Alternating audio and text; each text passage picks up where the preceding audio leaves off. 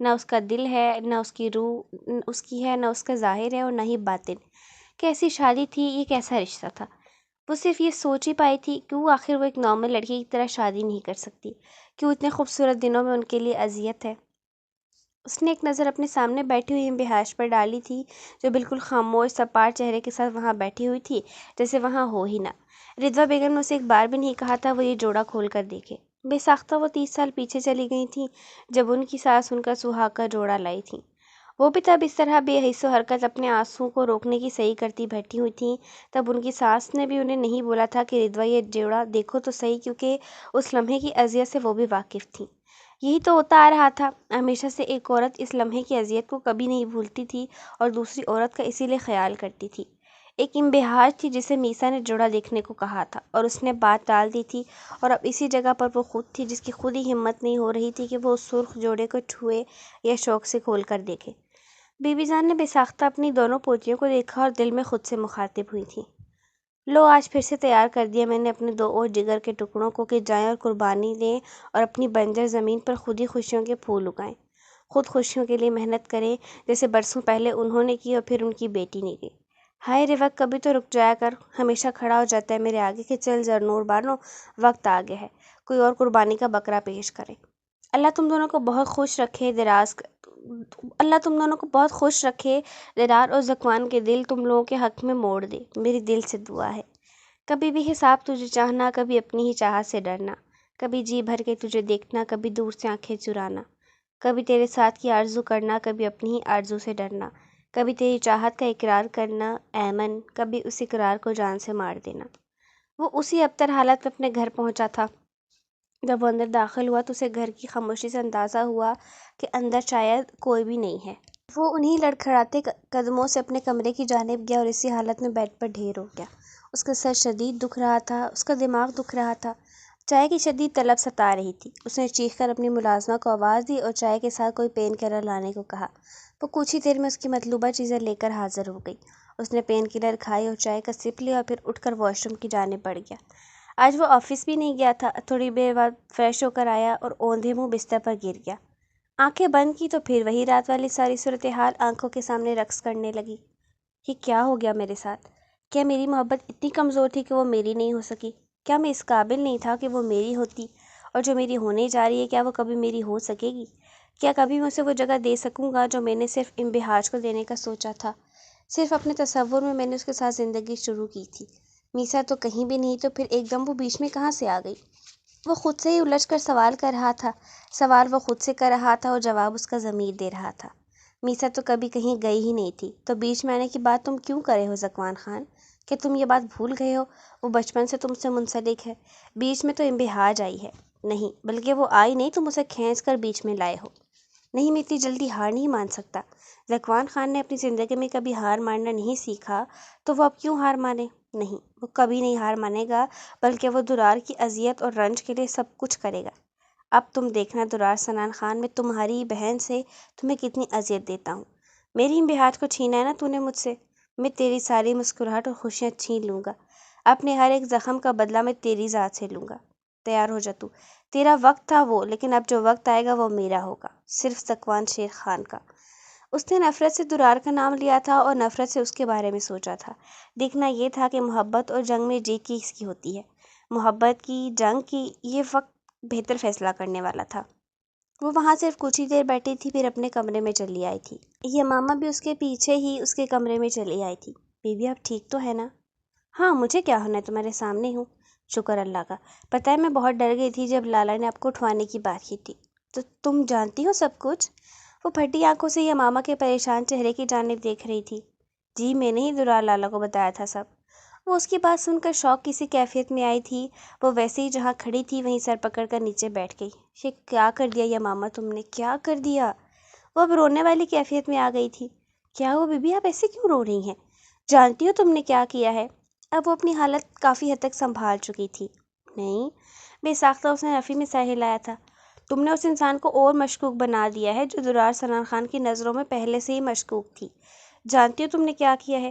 تم نے میرے حویلی سے غائب ہونے کی خبر اس شخص کو دی ہے جو پہلے ہی تمہارے لالا کے ساتھ مجھے مشکوک سمجھ رہا ہے، اور اب جب میں غائب ہوئی تو گویا اس کے شک کی تصدیق ہو گئی۔ تمہارے لالا نے یمامہ مجھے اپنی ہی نظروں سے گرا دیا ہے۔ میں خود سے ہی شرمندہ ہوں۔ نفرت ہے مجھے اس انسان سے جس نے میری پارسا ذات کو داغدار کرنے میں ایک لمحہ بھی نہیں لگایا، اور نہ صرف مجھے خود کی نظر میں گرایا بلکہ اس شخص کی نظر میں بھی گرا دیا جس کے ساتھ کل میرا نکاح ہونے والا ہے۔ بتاؤ مجھے، وہ تو پہلے ہی میری ذات سے لا تعلق ہے، اسے کوئی فرق نہیں پڑتا میری ذات سے۔ حال بتا، وہ مجھ پر کیچڑ اچھالنے میں لمحہ بھی نہیں لگائے گا۔ میں بہت اچھے جانتی ہوں اسے، بہت سرپھرا ہے وہ، بہت مغرور ہے، اپنے آپ میں رہنے والا۔ جانتی ہو اس نے مجھ سے کیا بولا؟ اس نے بولا کہ جب 2 دن بعد میرے کمرے میں آؤ نا تو اپنے دل و دماغ صاف کر کے آنا، کیونکہ اسے اپنی چیزوں میں شراکت داری پسند نہیں۔ اس نے ایک بار پھر درار کا کہا ہوا وہ جملہ سوچ کر آنکھیں کرب سے مینتی تھی۔ کیا کچھ تھا اس ایک جملے نے بہار صالح خان کی ذات کی دھجیاں بکھیر دی تھی۔ I am really sorry baby, اگر مجھے آئیڈیا ہوتا نا ذرا سا بھی تو میں کبھی بھی درار لالا سے مدد نہ مانگتی۔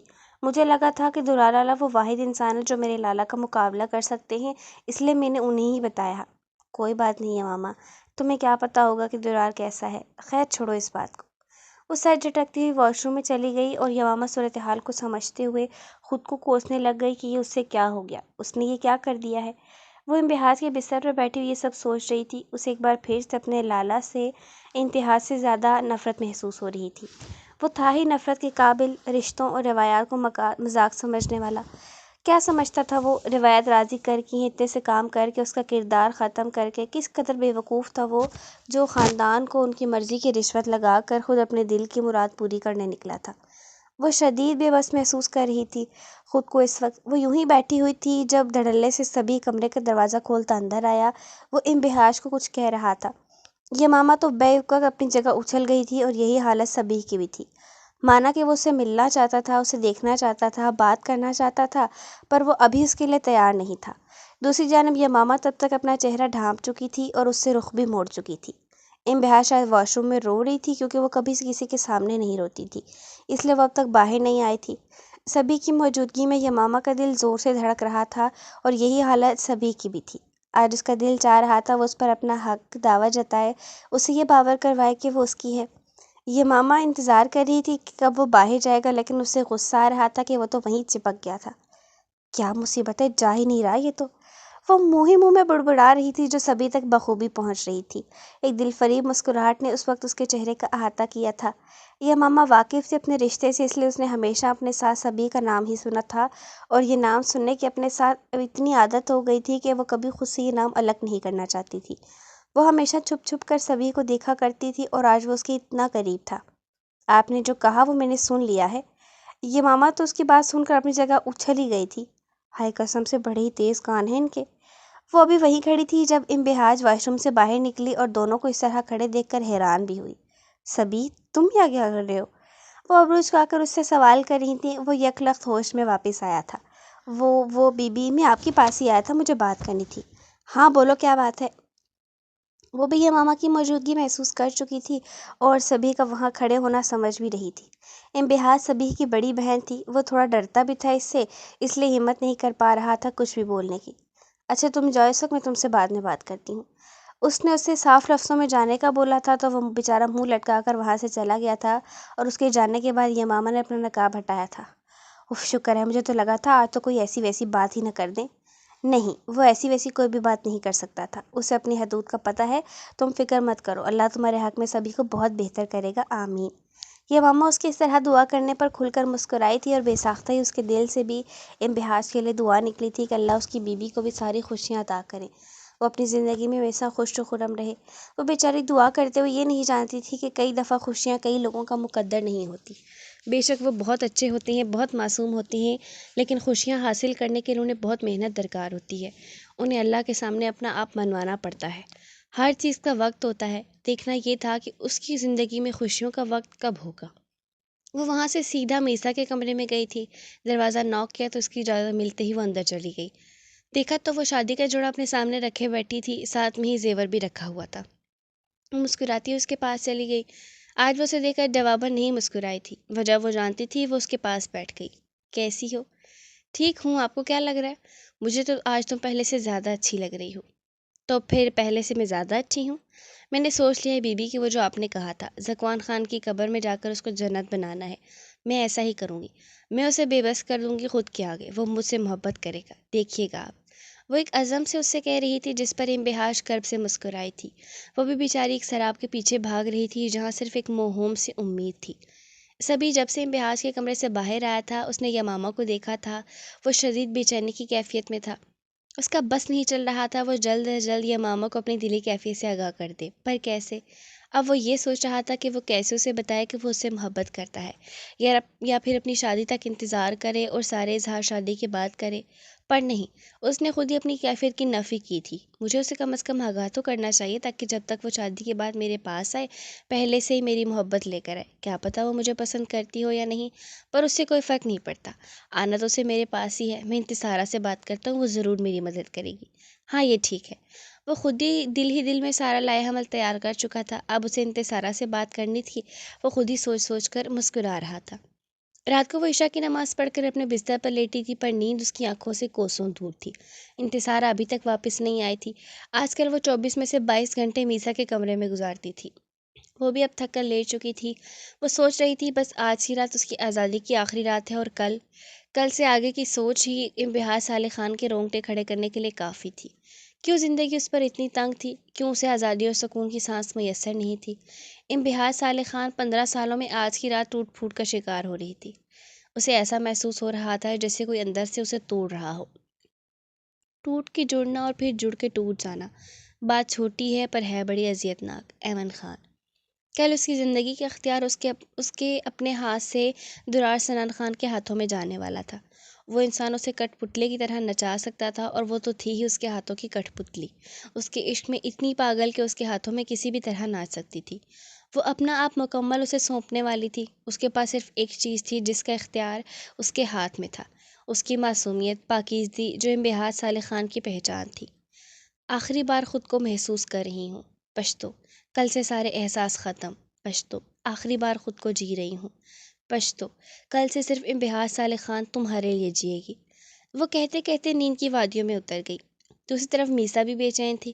انتصارہ کو اس نے اپنے پاس ہی سلا لیا تھا اور اس وقت سوئی ہوئی تھی، اور میسا کی آنکھوں سے نیند کوسوں دور تھی۔ اسے بہت خوف آ رہا تھا کل کا سوچ سوچ کر کہ کیا ہوگا۔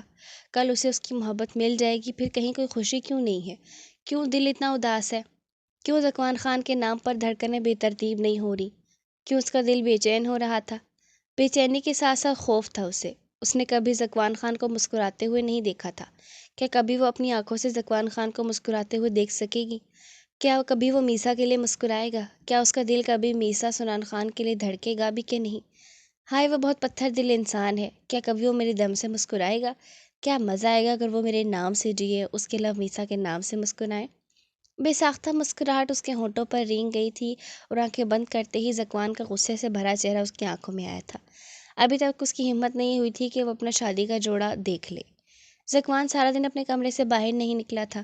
وہ عجیب سی حالت میں تھا۔ وہ خود میں ہی کوئی جنگ لڑ رہا تھا، جو سوچ رہا تھا کہ کیا وہ ہار گیا ہے؟ کیا درار نے اسے ہرا دیا ہے؟ کیا اس نے انبہاج کو جیت لیا ہے؟ کیا وہ اپنا سب کچھ ہار گیا؟ کیا وہ اپنی محبت ہار گیا؟ اس کے سر میں ایک ٹیس اٹھی تھی۔ اس نے اپنی پیشانی مس لی تھی۔ نہیں، میں ذکوان شیر خان ہوں، جس نے اپنی زندگی میں کبھی ہارنا نہیں سیکھا، تو پھر وہ محبت کیسے ہار سکتا ہے؟ بس کل کا دن ہے اور پھر میرا یہ کمرہ۔ اس نے اپنے اطراف میں نظر دوڑائی تھی۔ اس میں ایک اور نفس ہوگا۔ مجھے کبھی اپنی چیزیں کسی کے ساتھ بانٹنے کی عادت نہیں ہے، تو پھر میں اپنی زندگی کسی کے ساتھ کیسے بانٹوں گا؟ دوسرا سوال جس نے بیک وقت ذکوان خان کے ذہن میں جنم لیا تھا وہ یہ تھا، کیا میں نے ٹھیک کیا؟ کہیں درار کو ہرانے کے چکر میں کہیں میں نے خود کی زندگی تو برباد نہیں کر لی؟ کیا میری بیوی بھی میری ماں کی طرح ایک انچاہی عورت ہے؟ ہاں، وہ ایک انچاہی عورت ہوگی، کیونکہ ذکوان خان اسے نہیں چاہتا، وہ انبہاج کو چاہتا ہے۔ میں نے کچھ غلط نہیں کیا خود کے ساتھ۔ درار نے میرے ساتھ گیم کھیلی تھی نا، تو اب وہی گیم میں اس کے ساتھ کھیلوں گا۔ غیرت میں آ کر اس نے میری محبت کو زبردستی اپنا کہہ لیا تھا نا، تو اب وہ اذیت سے گزرے گا بالکل اسی طرح۔ بس کل کا دن آ لینے دو، تم پھر دیکھنا درار، میں کیسے تمہارے ساتھ تمہاری بہن کی زندگی بھی بدل کے رکھ دوں گا۔ وہ نفرت سے مسکرایا تھا، اور یک لخت اسے اپنے اندر سکون اترتا ہوا محسوس ہوا تھا، اور وہ آنکھیں موند گیا تھا۔ آج خان حویلی میں صبح ایک عجیب گہما گہمی تھی۔ ہر طرف شور و غل تھا۔ حویلی کے لان میں مختلف پکوان تیار کیے جا رہے تھے۔ مہمانوں کی آمد کا سلسلہ شروع ہو چکا تھا۔ مردان خانے میں لوگوں کا رش تھا، اور یہی حالات زنان خانے کے بھی تھے، پر اس اسرا میں جس کا نکاح تھا وہ کہیں بھی نظر نہیں آ رہا تھا، بلکہ اس کے بجائے ارسل، ادہام، محجب اور سبھی کے ساتھ بھاگ بھاگ کر کام کر رہا تھا۔ ارسل: جی لالا۔ درار کہاں ہے؟ کیا وہ تیار ہو گیا؟ پتہ نہیں لالا، میں ابھی تک اس کے روم میں گیا ہی نہیں۔ جاؤ تم جا کر اسے دیکھو اور بولو کہ تیار ہو گیا ہے تو نیچے آ جائے، ابھی تھوڑی دیر میں دارجی ناراض ہونا شروع ہو جائیں گے۔ جی لالا، میں دیکھتا ہوں۔ وہ سر ہلاتا ہوا سیڑھیوں کی جانب بڑھ گیا اور درار کے کمرے کے باہر کھڑے ہو کر اس نے دروازہ دھکیل کر دیکھا تو دروازہ کھلتا چلا گیا اور اندر کا منظر دیکھ کر بے اختیار اس کا دل چاہ رہا تھا اپنا سر پیٹ لے۔ کمرے میں نیم اندھیرا تھا اور درار صاحب خواب خرگوش کے مزے لینے میں مصروف تھے۔ وہ غصے سے اندر بڑھا اور درار کا کمفرٹر کھینچ کر دور پھینکا اور اسے جھنجھوڑ ڈالا۔ کیا بکواس ہے؟ کیا مسئلہ ہے؟ سونے دو۔ وہ پھر سے آنکھیں بند کر گیا تھا۔ تم سوئے رہو گے تو نکاح کون کرے گا؟ تو پڑھوا لے، اپنا زیادہ شوق ہو رہا ہے تو۔ خان اٹھ جائے اس سے پہلے دارجی اپنا جوتا لے کر تیرے کمرے میں وارد ہو۔ کیا مصیبت ہے یار، کوئی لائف نہیں ہے، ہر کام روایات کی مرضی سے کرو۔ آج پھر اسے اپنے اوپر ہونے والا ظلم یاد آ گیا تھا، پر اب کچھ نہیں ہو سکتا تھا۔ تھوڑی دیر میں اس کا نکاح ہونے والا تھا اور پھر اس سے آگے کی سوچ ہی اسے غصہ دلا رہی تھی۔ ذکوان خان تو رات بھر سویا ہی نہیں تھا، اس لیے صبح صبح فریش ہو کر ڈائننگ ٹیبل پر ناشتے کے لیے آ گیا تھا۔ ان کے گھر میں لگ ہی نہیں رہا تھا، اکلوتے وارث کی شادی ہے، پر پھر بھی رضویٰ بیگم اور یمامہ نے اتنی ایمرجنسی کے باوجود بہت سی تیاریاں کر لی تھیں۔ ذکوان کے کمرے میں بھی تھوڑی بہت تبدیلی کی گئی تھی۔ ناشتہ کر کے وہ رضویٰ بیگم کے کہنے پر تیار ہونے چلا گیا اور یمامہ بھی تیار ہونے جا چکی تھی اور شیر خان اکیلے ڈائننگ ٹیبل پر بیٹھے رہ گئے تھے۔ وہ اپنے بیٹے کے بارے میں سنجیدگی سے سوچ رہے تھے، پر اس کی باتوں کا کوئی بھی سرا ان کے ہاتھوں میں نہیں آ رہا تھا۔ وہ تہجد کے وقت سے جاگ رہی تھی اور اب جب کہ وقت بہت کم تھا اس نے ایک گہرا سانس بھرا اور پھر واش روم گئی۔ تقریباً 2 منٹ بعد واپس آئی۔ اس کا چہرہ تر تھا، جس کا مطلب تھا وہ وضو کر کے آئی ہے۔ اس نے اپنے کمرے میں ایک طرف جائے نماز بچھائی اور 2 رکعت نفل کی نیت باندھی اور پھر سلام پھیر کر دعا کے لیے ہاتھ اٹھائے۔ یا اللہ، میں تیری ناشکری بندی نہیں بننا چاہتی، اس لیے مجھے ہمیشہ اپنے شکر گزار بندوں میں شامل کرنا۔ یا اللہ، آج میری زندگی میں بہت بڑی تبدیلی آنے والی ہے۔ میں اپنی زندگی اس انسان کے نام کرنے والی ہوں جسے میں بے انتہا چاہتی ہوں۔ ایک بار پھر یہ گناہگار بندی تجھ سے صبر مانگتی ہے۔ مجھے اتنی ہمت، اتنی طاقت دینا یا میرے پروردگار کہ میں اس انسان کے سارے وہ لفظ برداشت کر سکوں جو میری برداشت کی استطاعت سے زیادہ ہوں۔ یا اللہ، اس کے دل میں میری محبت نہ صحیح رحم ہی ڈال دینا۔ میں تجھ سے رحم کی بھیک مانگتی ہوں۔ اس نے اپنے دونوں ہاتھ منہ پر پھیرے تھے۔ آج زندگی میں پہلی بار دعا مانگتے ہوئے اس کی آنکھوں میں ایک بھی آنسو نہیں آیا تھا، بلکہ آنسو کی جگہ دل میں سکون اترتا ہوا محسوس ہو رہا تھا۔ اس نے جائے نماز طے کر کے ایک طرف رکھی اور اسی لمحے انتصارہ اندر آئی تھی۔ بیبی، وہ بیوٹیشین آ گئی ہے۔ میں نے کہا بھی انتصارہ کہ کوئی ضرورت نہیں ہے بیوٹیشین کو بلانے کی، میں خود تیار ہو جاؤں گی، ویسے بھی میں یہ میک اپ تو نہیں کرتی ہوں، تو پھر اس بیوٹیشین کو بلانے کا فائدہ؟ خدا کا واسطہ ہے بیبی، اب میسا کے ساتھ سر کھپا کر آ رہی ہوں اور اب آپ شروع ہو گئی ہیں۔ کیوں، وہ کیا کہہ رہی تھی؟ یہی کہ چھوڑو کیا کرنا تیار ہو کر، اب بندہ پوچھے اپنی شادی پر تو انسان تیار ہوتا ہی ہے، اور آپ لوگ بس دونوں عجیب ہی ہیں۔ اچھا، زیادہ باتیں مت کرو اور جاؤ جا کر خود بھی تیار ہو جاؤ۔ آپ لوگ پہلے ہی مان جاتے تو خواہ میں میرا اتنا ٹائم ویسٹ نہ ہوتا۔ میسا کو تو شکر پلوشی بھابھی نے سنبھال لیا اور وہ مان گئی۔ وہ اپنے کمرے اٹھا کر واش روم میں چلی گئی اور بیوٹیشین دروازہ کھول کر اندر داخل ہوئی۔ اس کے چہرے پر ایک رسمی سی مسکراہٹ تھی۔ سلام۔ والسلام۔ اس نے سر کے اشارے سے اس کے سلام کا جواب دیا تھا۔ آپ تو ماشاءاللہ ویسے ہی اتنی خوبصورت ہیں، میں سوچ رہی ہوں کہ آپ دلہن بن کر کیسی لگیں گی۔ ارے نہیں، ایسی بات نہیں ہے، میں بالکل ویسی ہی لگوں گی جیسی آپ دلہنیں لگتی ہیں۔ وہ ہلکا سا مسکرائی تھی۔ میسا دلہن بن کر آئینے میں اپنا مکمل جائزہ لے رہی تھی۔ وہ آف وائٹ کم دانی میکسی میں ملبوس تھی، بالوں کو سائیڈ مانگ نکال کر جوڑے کی شکل میں باندھ رکھا تھا اور ماتھے پر ٹیکی کے ساتھ جھومر بھی لگایا ہوا تھا۔ ناک میں ڈائمنڈ کی نوز پن چمک رہی تھی اور کانوں میں خوبصورت گولڈ کے ریڈ موتیوں والے آویزے پہن رکھے تھے۔ دونوں ہاتھوں میں ریڈ چوڑیاں اور گلے میں ریڈ موتیوں والا خوبصورت گلو بند، ہونٹوں کو ریڈ لپسٹک سے سجائے اور سر پر ریڈ کمدانی دوپٹہ اوڑھے وہ قیامت ڈھا رہی تھی۔ اس نے کبھی نہیں سوچا تھا کہ وہ دلہن بنی ہوئی اتنی خوبصورت لگے گی۔ آئینے میں اپنا عکس دیکھ کر اس کے چہرے پر ایک خوبصورت مسکراہٹ رنگ گئی تھی۔ خود کو خوب سنوارا ہے صرف تیرے لیے، تو نظر اٹھا کر یہ چہرہ دیکھنا مت بھولنا۔ ایمن خان۔ دوسری طرف بیوٹیشین امبہاج کے سر پر دوپٹہ ڈال رہی تھی۔ وہ ٹی پنک شرارے میں ملبوس تھی، اوپر لائٹ سکن کلر کے گھٹنوں تک آتی کامدار فراک تھی جس کے گلے پر بہت ہی خوبصورت کام ہوا تھا اور دامن پر بھی اس جیسا کام بنا ہوا تھا۔ باقی سارے فراک پر چھوٹی چھوٹی کام سے بوٹیاں بنائی گئی تھیں۔ سنہرے بالوں کے درمیان میں مانگ ڈال کر ان کا ڈھیلا ڈھالا جوڑا بنایا گیا تھا۔ دونوں طرف سے سنہری لٹیں کل کر کے باہر نکالی گئی تھیں۔ درمیان میں ایک انتہائی خوبصورت چھوٹے سائز کا ٹکا لگایا گیا تھا جس کے نیچے ٹی پنک موتی لٹک رہا تھا۔ اس کی خوبصورت سراہی دار گردن میں ایک انتہائی عمدہ چوکر پہنایا گیا تھا جس کے نیچے بھی ٹی پنک موتی لٹک رہے تھے اور کانوں میں سہاروں والے خوبصورت ڈل گولڈن جھمکے اور ناک میں خوبصورت ڈل گولڈن ہی درمیانی سائز کی نتھ جس کے نیچے ایک موتی تھا۔ ہاتھوں میں اسکین اور ٹی پنک چوڑیاں جو اس کے منع کرنے کے باوجود انتصارہ نے پہنائی تھی۔ ٹھوڑی کا سیاہ تل آج بہت نمایاں ہو رہا تھا۔ ہونٹوں پر پنک لپسٹک لگائے اور سر پر ریڈ دوپٹہ ڈال کر وہ کوئی اپسرا ہی لگ رہی تھی۔ بیوٹیشن تو خود اس کا یہ روپ دیکھ کر حیران رہ گئی تھی۔ اس نے بہت سی دلہنیں دیکھی تھیں پر اتنی خوبصورت آج سے پہلے کوئی نہیں دیکھی تھی۔ بچ گیا دل حیات باقی ہے، چھپ گیا چاند رات باقی ہے، حال دل ان سے کہہ چکے 100 بار، ابھی انہیں کہنے کی بات باقی ہے۔ رات باقی تھی جب وہ بچھڑے تھے، کٹ گئی عمر رات باقی ہے، عشق میں ہم نبھا چکے سب سے، بس ایک ظالم حیات باقی ہے، لٹا چکے ہیں عشق میں سب مگر دینے کو بس ابھی یہ جان باقی ہے۔ ذکوان خان اپنی لینڈ کروزر کو سجا کر بارات لے کر حویلی پہنچ چکا تھا۔ دارجی سمیت سب لوگ اس کے استقبال میں حویلی کے صدر دروازے میں کھڑے تھے۔ وہ آج اسکن شیروانی میں ملبوس تھا، بالوں کو جل سے سیٹ کیے، ہونٹوں کو حسب عادت بھینچے ہوئے، پیروں کو ڈل گولڈن کھسے میں قید کیے وہ ایک شہزادہ لگ رہا تھا۔ شیروانی کی جیب میں لائٹ ریڈ رومال سلیقے سے سیٹ کیے بہت خوبصورت لگ رہا تھا۔ ہاتھ میں شیر خان بھی کرف لگے شلوار قمیض پہن کر اکڑے کھڑے تھے۔ ذکوان خان جو ہی صدر دروازے کے پاس آیا، اس نے جھک کر دارجی کو سلام کیا۔ دارجی نے اس کے سر پر ہاتھ پھیرا اور گلاب کے پھولوں کا ہار اس کے گلے میں پہنا دیا اور پھر اسے لیے اندر چلے گئے۔ رضویٰ بیگم اور یمامہ تو پہلے سے ہی سیدھا زنان خانے میں جا چکی تھیں۔ اب باہر ڈول کی تھاپ پر قبیلے کے مختلف لوگ رقص کرتے نظر آ رہے تھے۔ وہ دارجی، پیر خان، چھوٹے خان اور اپنے بابا جان کے ہمراہ حویلی میں داخل ہوا تھا۔ ادھام، محجب اور سبھی بھی پیچھے ہی تھے، البتہ ارسل درار کے پاس تھا۔ ذکوان خان مردانے میں لگے صوفوں میں سے ایک صوفے پر براجمان ہو چکا تھا، پھولوں کا ہار ابھی بھی اس کے گلے میں ہی تھا۔ دارجی کی نگاہیں اب درار کو ڈھونڈ رہی تھیں لیکن وہ اب تک کہیں نظر نہیں آیا تھا۔ محجب بچے، دی دارجی، درار نہیں آیا اب تک ابھی؟ آپ بیٹھے میں دیکھتا ہوں۔ وہ سر ہلاتے ہوئے جا کر ذکوان کے برابر والے صوفے پر بیٹھ گئے اور محجب درار کے کمرے کی جانب آ گیا۔ دروازہ نوک کیا تو اندر سے ارسل کی آواز آئی اور وہ اندر کی جانب بڑھ گیا۔ درار لائٹ پیچ شیروانی ڈل براؤن ٹونٹ والی شلوار کے ساتھ پہنے ہوئے تھا۔ شیروانی کے بٹن سائیڈ پر بند ہوتے تھے اور وہ اس وقت بٹنیں بند کرنے میں ہی مصروف تھا۔ بٹن بند کر کے اس نے اپنے بھورے بالوں میں ہاتھ چلایا تھا جو ماتھے پر بکھرے ہوئے تھے اور انہیں ہاتھ سے پیچھے ہٹایا تھا۔ شیروانی کی جیب میں ڈل گولڈن رومال سلیقے سے رکھا ہوا تھا، پھر اس نے پیروں کو ڈل براؤن کھسے میں قید کیا تھا، خود پر ایون البرٹ اچھے سے اسپرے کیا اور ہاتھ میں رولیکس کی گھڑی پہنی۔ اب وہ مکمل تھا۔ اس نے آئینے میں ایک بار اپنا تنقیدی جائزہ لیا تھا۔ واؤ لالا، یو لک امیزنگ، تھینکس۔ اس نے مسکرا کر اس کا شکریہ ادا کیا تھا۔ محجب ایک بار پھر سے آگے بڑھا تھا۔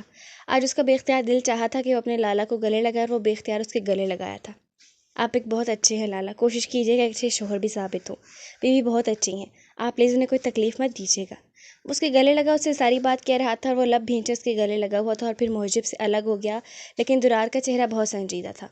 چلے آپ کو دارجی بلا رہے ہیں۔ تم چلو میں آتا ہوں۔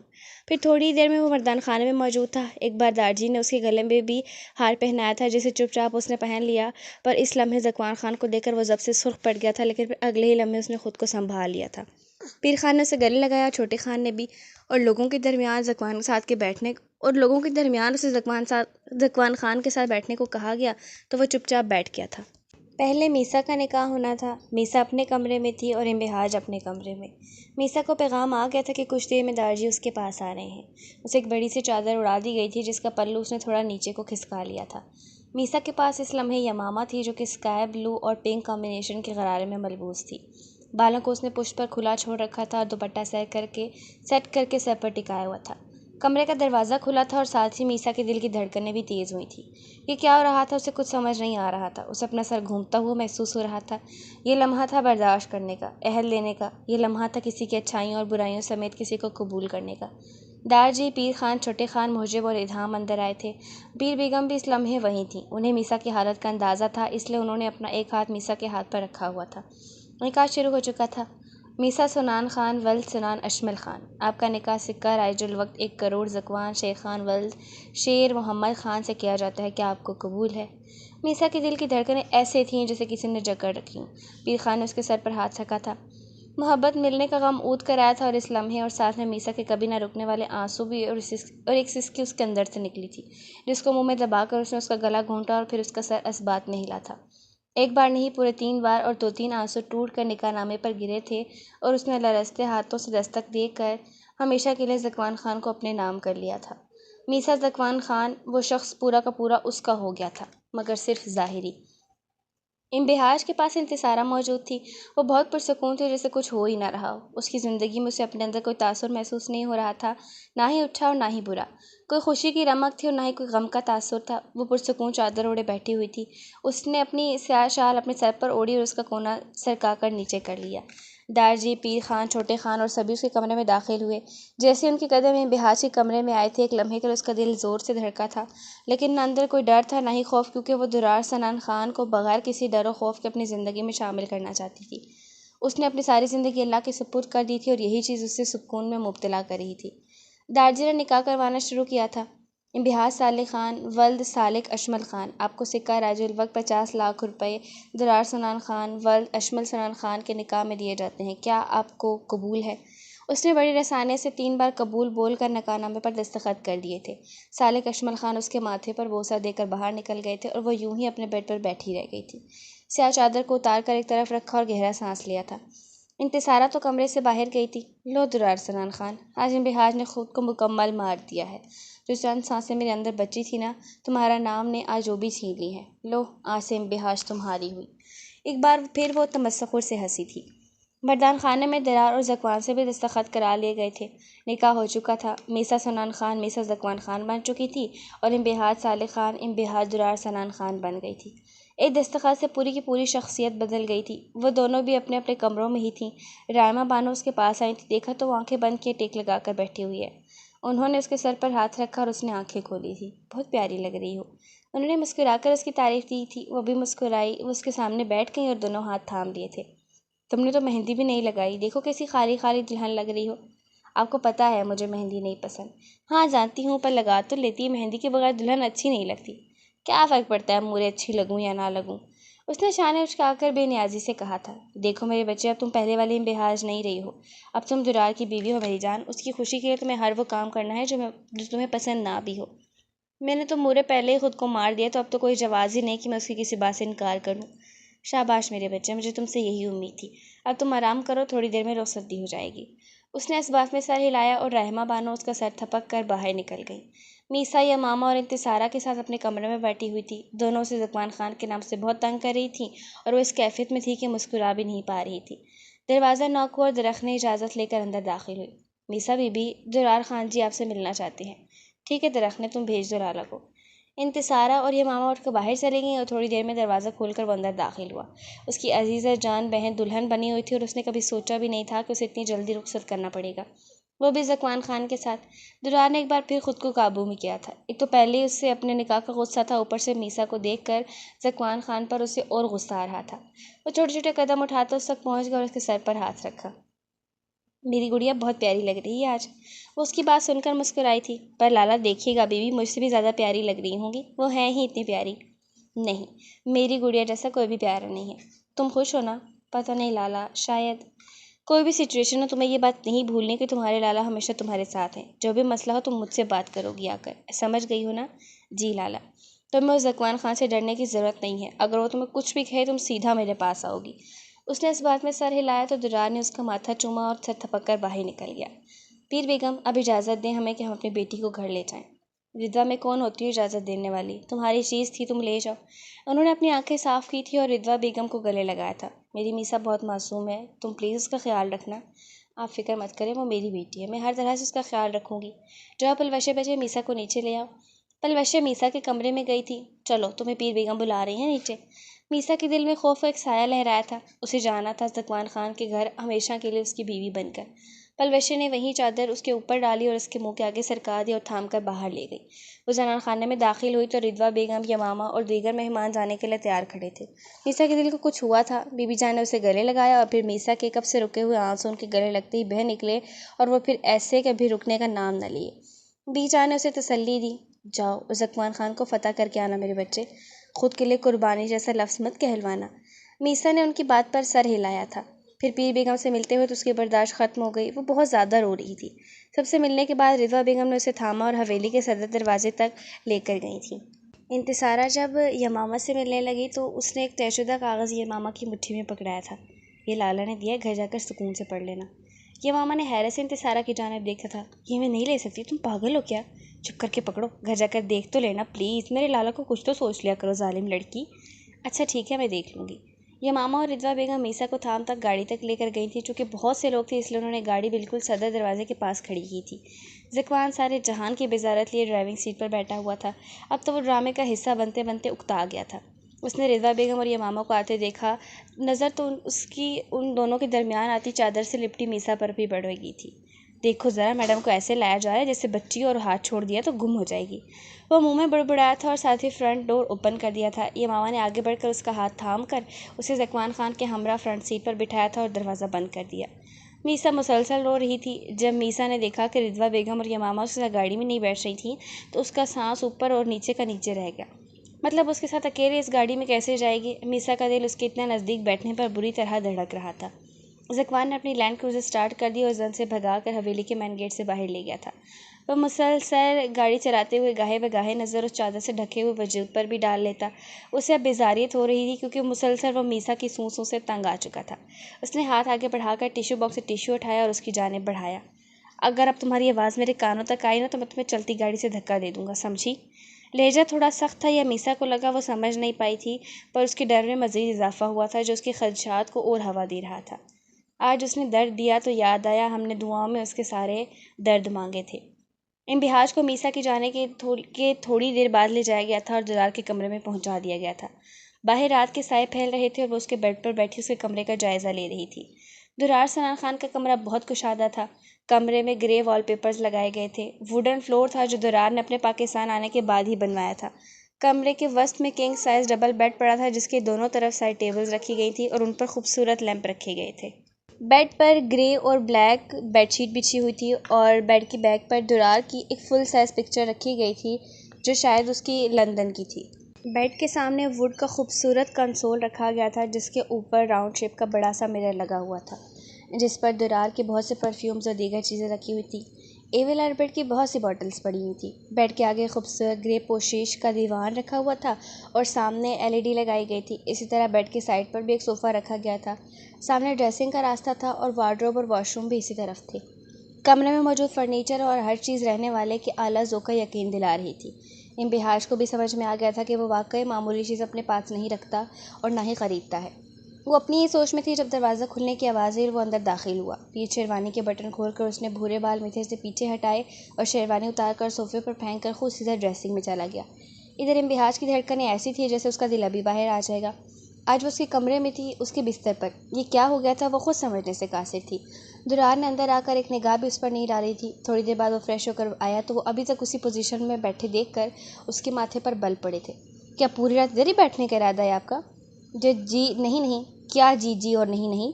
اٹھے اور جائیے چینج کریں جا کر، بہت ہو گیا ڈرامہ، حقیقت میں ذرا واپس آ جائیں اب۔ انبہاج فوری بیڈ سے اپنا شرارہ سنبھال کر اٹھی تھی اور ڈریسنگ کی جانے لگی جب اس کی آواز دوبارہ آئی، اور پلیز کسی بھی قسم کی خوش فہمی پالنے کی ضرورت نہیں ہے۔ مجھے سچے اور کھرے لوگ پسند ہیں، نہ کہ داغا باز اور دوغلے۔ وہ خاموش ہوا تو وہ بھی سر جھٹک کر ڈریسنگ میں چلی گئی۔ ابھی تو یہ شروعات تھی، آگے تو بہت سے ایسے تیر سہنے تھے۔ جب وہ واپس آئی تو ہلکے براؤن کلر کے کرتے کو وائٹ ٹراؤزر کے ساتھ پہنے ہوئی تھی۔ چہرہ دھلا ہوا تھا، گہری سمندری آنکھیں جھکی ہوئی تھیں اور ان پر گری پلکیں بھی لرز رہی تھیں۔ درار تو اب اس کی دلہن بنے ہوئے روپ کے سحر سے باہر نہیں نکلا تھا کہ وہ پوری کی پوری قیامت بن کر اس کے سامنے آ گئی۔ وہ یکٹک اسے دیکھ رہا تھا۔ انبہاج کی نظریں بھی جھکی ہوئی تھیں۔ درار کو پھر یاد آیا تھا، میں انبہاج کے بغیر نہیں رہ سکتا، خود پر جبر مت کرو اور میرا نکاح ابھی اس سے کروا دو۔ اس نے زور سے اپنی مٹھیاں بھینچی تھیں۔ اس کی نظر انبہاج کی مہندی کے بغیر ہاتھوں پر گئی تھی۔ ارے آپ نے تو مہندی بھی نہیں لگوائی، آخر کو شادی تھی آپ کی؟ انبہاج نے پلکیں اٹھا کر اسے دیکھا جو اب دونوں ہاتھ سینے پر باندھ کر کھڑا تھا اور چہرے پر بلا کی سنجیدگی تھی۔ انبہاج کے الفاظ اندر ہی کہیں دم توڑ گئے تھے۔ مجھے مہندی پسند نہیں۔ اوہ تو آپ کو مہندی پسند نہیں؟